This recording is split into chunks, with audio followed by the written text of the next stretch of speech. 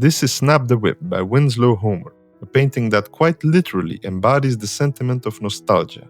It was painted in 1872, and the United States had just come out of the Civil War. Cities were growing rapidly and life was speeding up, so Homer escaped to the countryside. Every summer, the Boston native visited the Hudson Valley, sketching farm life and the things he felt the nation was losing. And that's where this painting was conceived, on a field in the tiny village of Hurley, New York. A group of boys is playing Crack the Whip, the game where everyone holds hands and races in a curve, until the kids at the end fly off. Homer captures the exact moment the chain breaks, a moment of pure joy and chaos exploding across the grass. Behind them stands Hurley's little red one-room schoolhouse. This was a common sight in any rural community in the 1870s. It was a symbol of America's push for education at the time, and Homer used it several times in his works of this period. During these summers, he likely got himself a room at the Hodling House, a home that still exists today.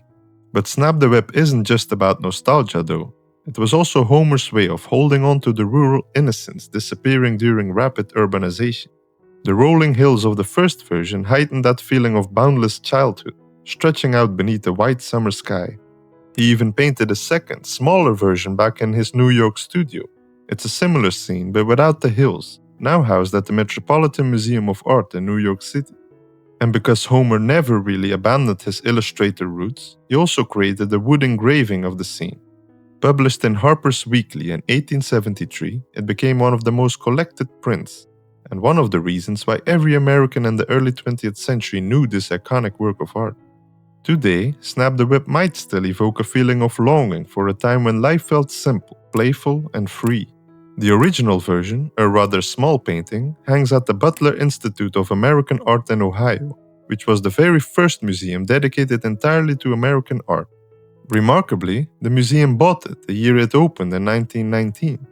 This was definitely a sign of how iconic this particular painting had already become at the time.